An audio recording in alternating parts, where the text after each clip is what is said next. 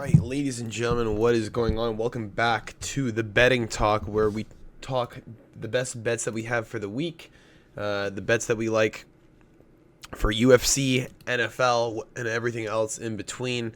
Today we're doing UFC Fight Night, Mackenzie Dern against Amanda Ribas 2, and we're going to go through the best bets that I like for it. We're going to strictly do UFC this time, and I think I'll do a NFL video separately, because I just want to focus on the MMA stuff. It interests me more. It's easier to talk about.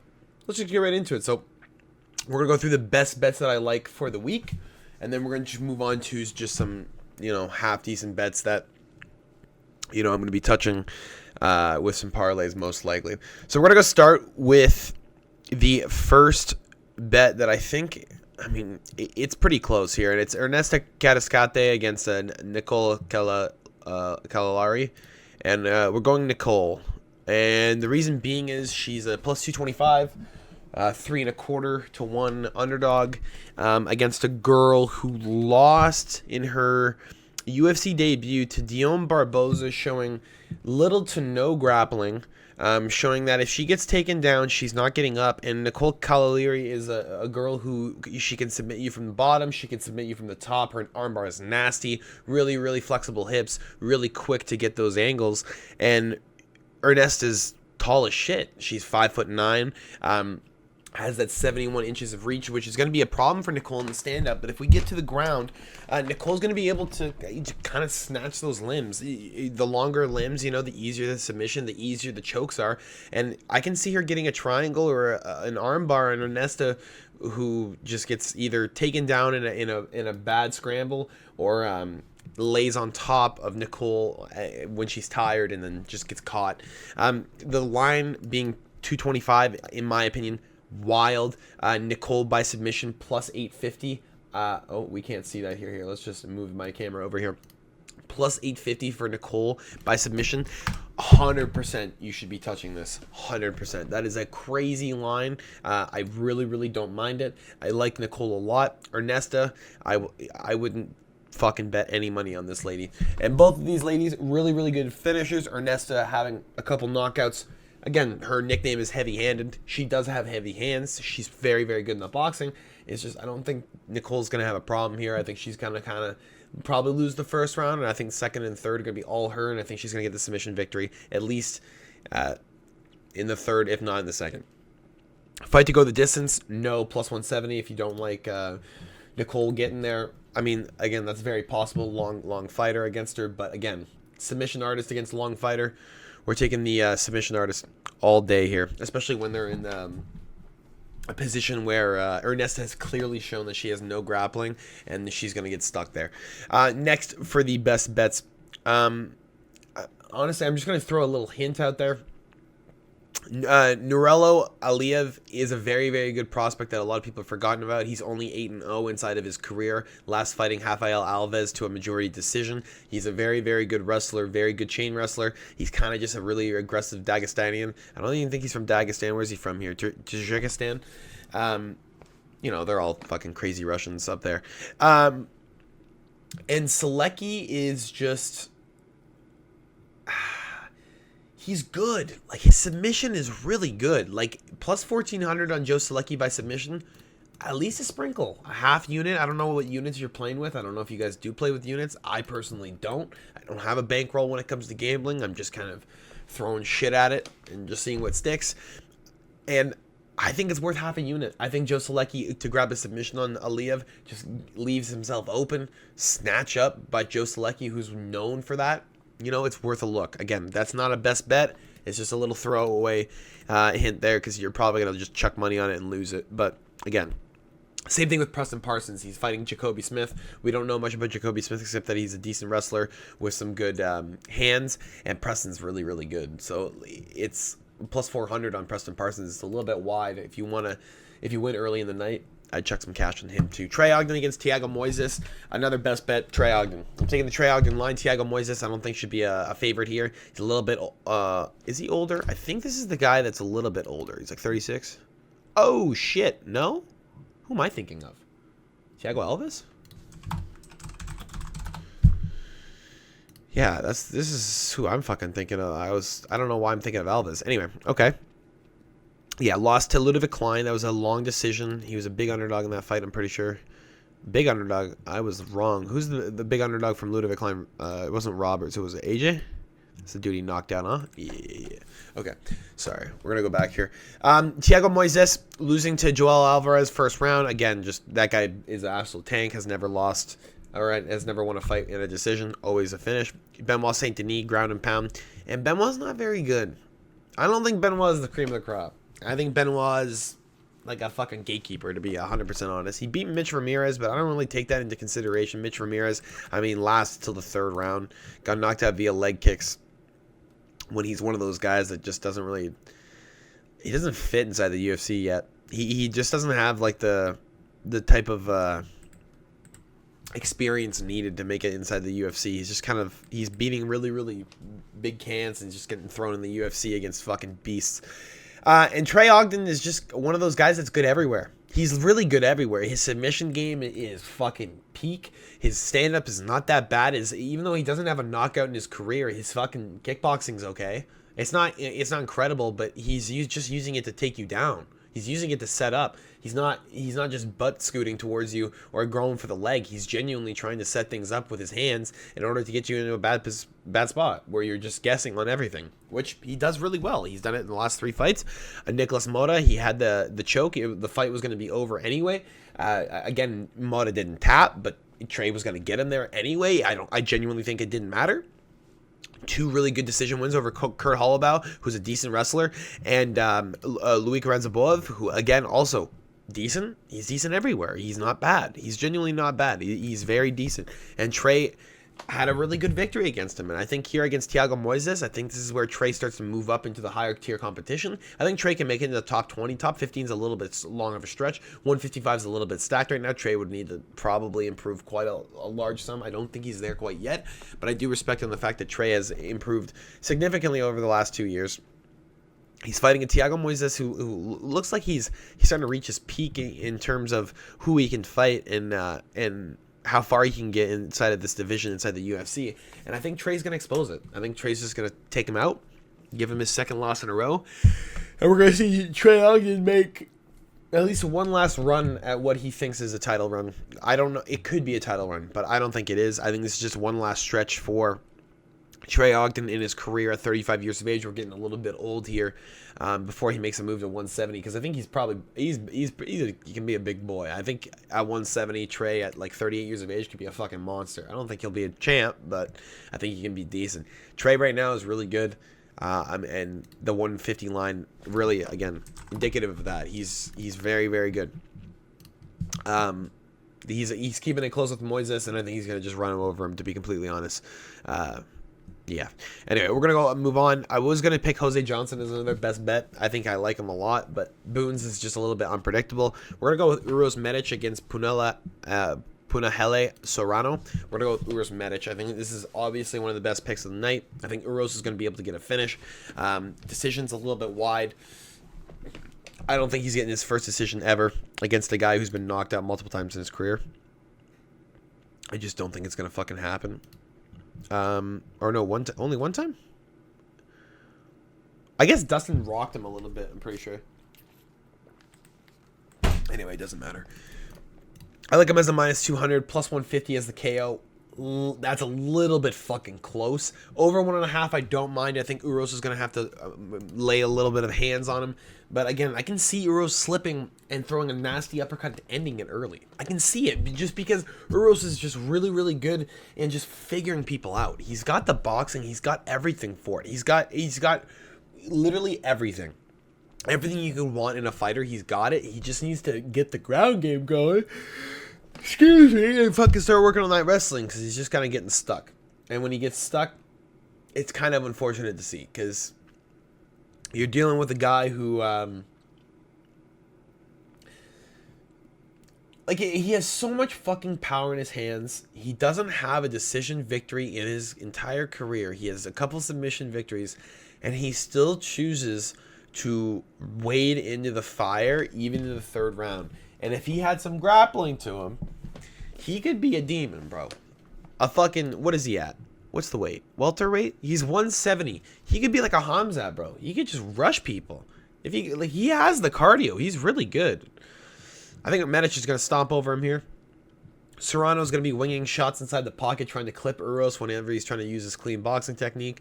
I think Uros just has to wade the fire, slip, counter. I think he gets it done. We also have Christian Rodriguez against Austin Bashi. I don't think C-Rod's a bad pick. Austin Bashi saying publicly he's experiencing a lot of nervousness. And this is going to come with, obviously, UFC jitters. This happens a lot. New guys come into the UFC, and when they have the cameras on for the first time, they're going to be inside the Apex. I don't think it's going to be as bad as it normally is, because usually when guys get really bad UFC jitters, they're in, a big arena, a lot of screaming. You're going to be inside the Apex a little bit more quiet, going to be able to hear the commentators, which means that Bashi's going to hear a lot of bad things. He's going to hear a lot of things from the commentary that he's doing wrong. He's going to hear a lot of things that Christian Rodriguez is doing. He's going to hear a lot of things that the coaches are saying. And this comes to a point where if you can put it together. And if you're saying out loud that you're nervous and that you're not that you're worried. He wasn't saying that he was worried. He was saying that he's nervous. He's excited for his first opportunity. This is what he's been working his whole life for. You're saying a lot of things that indict that you're going to be worrying a lot when you're in that cage that you're going to lose. And if you're worrying about losing, it's like gambling with money that you can't afford. When you're gambling with money that you can't afford and you know in the back of the head you can't afford it, you always lose. When you're doing a sport and you know you can't lose, you literally know you can't lose. It affects you. It affects you a lot, and Bashi kind of needs this win. He needs to establish himself as a decent featherweight, and he needs to get a name for himself with at least a dominant victory over a guy like Christian Rodriguez, who has stopped quite a number of contenders himself. I mean, I guess the Isaac Dalgarian win was a little bit suspect. That scorecard was a little bit wild, but again, I don't mind C-Rod here. I was talking about it in the predictions and breakdowns video. I like C-Rod, but I'm going to have to pick Bashi. I think I'm going to bet C-Rod. I think C-Rod by decision is decent here. I think the fact that Austin Bashi is going to be similar to Raul Rosas Jr. and he might rush a little bit inside that first round looking for that big win. If you gas out in the first round against C-Rod, he ain't fucking gassing out. This guy goes forever. He goes forever and ever. He will not back down.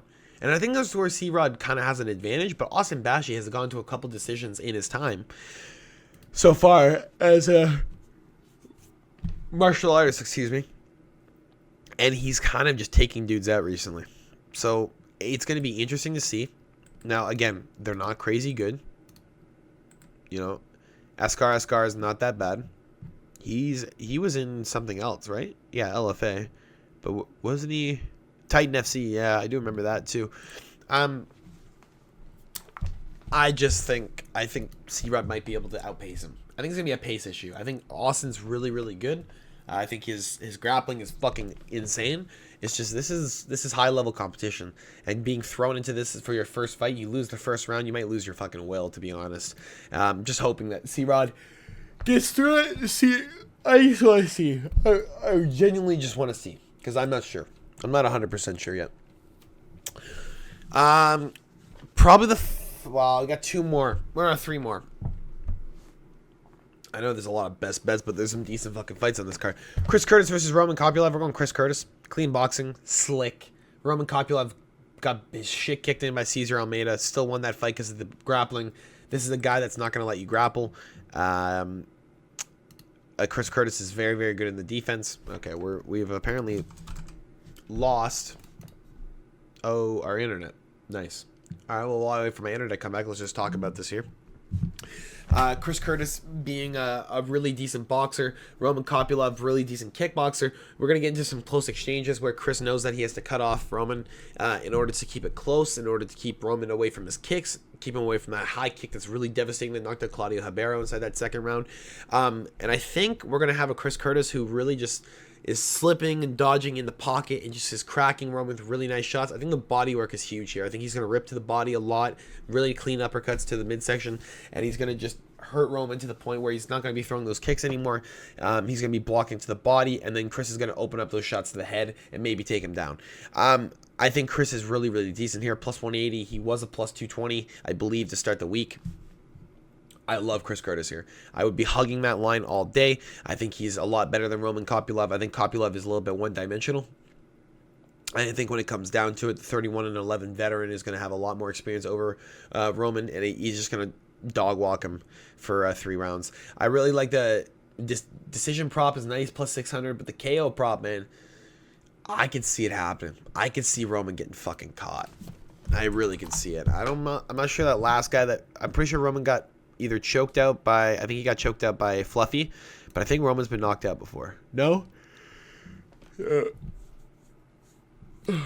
just Fluffy and Carl Robinson. Wow, Robinson. Poor dude. I don't know what happened to this poor guy. I really don't know. This poor fucking guy. Just stopped making weight. He just had some health issues, I think. Anyway, yeah, I think Kobulov's losing. Kobulov by decision, minus 105. That's a little bit disgusting. Over 2.5 rounds, minus 235. I'd stay away from it. I just bet Curtis or don't bet anything. The line's a little bit too steep. I mean, you could bet, like, if you really like the... no, I wouldn't. I'd stay away from it. Santiago Ponzinibbio against Carlson Harris. I like Santiago Ponzinibbio. Carlson Harris a little bit chinny. Ponzinibbio, really dangerous always. I believe he beat Muslim Salikov, in my opinion. The 40-year-old did not win that fight. I thought it was 2-1 for Ponzinibbio. Again, could have gone either way, I guess, but I thought Ponzinibbio deserved it. And I think against Carlson Harris here, Harris is a little bit beyond what he was known for. He was one of those guys that everyone was losing their shit over. They were really excited. And he fell apart. He got knocked out by, who was it? Shavkat, spinning heel kick, I think. And ever since then, he's kind of been on the downfall. I think Santiago Ponzinibbio, he's going to be able to take it away from him unless Carlson just fucking grapples him for 3 rounds. But I don't think that's what's going to happen. I think we're going to see a little bit more of an offensive approach from Santiago Ponzinibbio, good takedown defense, and I think he's just going to be able to put the pace. KO prop's not bad. I like plus 240. Round 2 KO. Let's just see real quick. It's not showing me. Whatever. It doesn't matter. Probably around plus 1,200, plus 1,000. I don't mind that bet. I would be definitely picking that up for sure. Okay, we're just losing. Yep, shit just breaks. This site sucks. Anyway, we're going to go to the last best bet of the day for the UFC. We have Mackenzie Dern against Amanda Ribas, whatever. We're going Ribas. Mackenzie Dern, unable to deal with stand-up fighters. Always getting popped in the face, always getting fucking chunked, and she just doesn't deal with it. When she doesn't get her takedowns, she starts getting mad, and she can't do anything. Amanda Ribas is one of the best takedown defenses inside women's strawweight division. She's fighting Mackenzie Dern, who is going to eat a couple shots before she even goes for a takedown, because she's a little bit silly in that way. She likes to show off her terrible boxing before she goes in, and Amanda Ribas is going to win. She's either going to knock her out or take her to a long decision. And I think knockout's a little bit more viable. We have 5 rounds of heavy hands. We're going to get into that 4th and 5th round. Dern's going to be fucking exhausted. And if she's not shooting those takedowns, getting them, she could be gassed completely. Let's see here. For parlays, I don't mind this early parlay. Plus 1,000. You have Magomed Gadzhiasulov against Bruno Lopez. Bruno Lopez, I think, is just a little bit old. I don't think he's going to be doing shit. Nicole Calaliri and Trey Ogden. Plus 1,037. Bet $10 on that. You get $110 back. And then if you want to bet the underdogs for the day, which I will be doing, I like these underdogs a lot. Nicole Calaliri, Trey Ogden, Christian Rodriguez, Chris Curtis, plus 7,000. You want to take Christian Rodriguez at plus 2,235. That's pretty good. I'm not going to lie. One of the better parlays you can make, especially if you're not interested in spending a lot of money. $5 on this pays you 100. You know, $2 on this pays you $50. You know, like these are parlays that you can make at least a little bit of decent money on if the fights go your way. Again, this is still gambling, but I do believe these fighters will win. I'm really hoping that Chris Curtis wins, since he's one of my favorite fighters. We're hoping that we don't see another repeat of the Brendan Allen situation, where he wins the last round to win the fight, pulls his hamstring basically and blows it out, and then they give fucking Brendan Allen the win over that. A little bit silly in my opinion, but it is what it is. For the entire fight card, if you want to bet every single best bet that we had today, let's Let's just see what it pays. Actually, I bet you it pays probably decent. Yeah, that's the best bets. 9,180 for a 6-leg. Put $25 on that. Win yourself $2,606. This is the bet I will be making. This is going to be one of the parlays that I make for sure. I will also be making a safe parlay here as Trey Ogden, Uros Medic, Amanda Ribas at plus 475. You know, $25 on that is 150. You can also bet Ribas. You know, you can go. Let's see here. What's up? Actually, hold on. Let's see. I like Uros Medic. Uros Medic, lock up. We're gonna lock up Uros Medic. We're gonna lock up Trey Ogden. I like him against Thiago Moises. I think he has a lot of potential here. I want to not lock up Calaliri, but it's a little bit fucking far stretched to lock up a 230, huh? Ribas is a lock. And we're going to say... Ooh. Ooh. Oh, my God. These guys might go to a decision. We're thinking. Okay, I like over 2.5 here. We're going to go over 2.5 for Bashi and Rodriguez. You got plus 714. Not bad. I don't mind it. This is probably the ticket, though, that saves your life here. Uros Medic, Trey Ogden, Amanda Ribas. I think that's the best ticket you can make. If you want to be risky with it, I would go Abdul Razak Al Hassan, Santiago Ponzinibbio. Oh, my God. Yeah. Yeah, great. Yeah, thank you. Thank you. Yep. Last lot. Thank you. I have $0. Thank you. Thank you for letting me know. Yeah, we like... Oh, my God. Can you imagine how degenerate? How degenerate do you want to be? Huh, guys? How degenerate do you want to be? This is just full degeneracy. Don't do this shit. Once again, guys, that's all I got for you today. That's my best bets. I know. We're just yapping. We're just talking. It's just a fun time. This is supposed to be a little bit of explanation, a little bit of just normal chatter. I'm not being fucking too specific. We're just having a little bit of a chat here about UFC.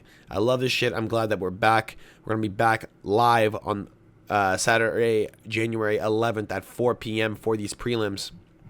Let me tell you, for my early prelims, we're going to be doing a little bit of a bet. I'm going to be putting a little bit of money on Victoria Dudakova. I like Magomed Gadzhisulov, and this will be my early prelim bet. Magomed Gadzhisulov, Kaliri, and Ogden. And then if we win that, probably throw some money on Silva to knock out Ihor Potier inside the second round. Throw a little bit of money on Jose Johnson, Uros Medic, and Chris Curtis to win, plus 5-6-1. Again, you can do some decent parlays. I'm gonna be honest. I'd be rich if I was a straight better. If you go back and check, I'd be rich if I was a straight better. If I just bet all the straights and didn't parlay shit, if you go back and check the videos and check the predictions, I'd be rich. I'm dumb. I'm a degenerate just like all of us. All right. The rest of us are also degenerates. We're all trying to get the $10 to $1,000 parlay. I get it. We're all like that. I'm just saying. Be careful with them parlays. That shit is dangerous. Do not get stuck in the parlay loop. If you like a bet, you bet it straight. And if the plus money, it's plus money. You don't have to have a parlay for plus money. That's a good deal. And Kaliri, Ogden, Medic, Curtis, Ponzinibbio, Ribas. That is your locks, or not locks, but your best bets for the week. That's all I got for you guys today for the UFC. There you go. Nice little 23-minute long betting video. Hopefully you guys did enjoy this. Make sure to drop a like and subscribe if you haven't already. I will see you guys all later. Enjoy your week. I'll see you on Saturday. Peace, guys.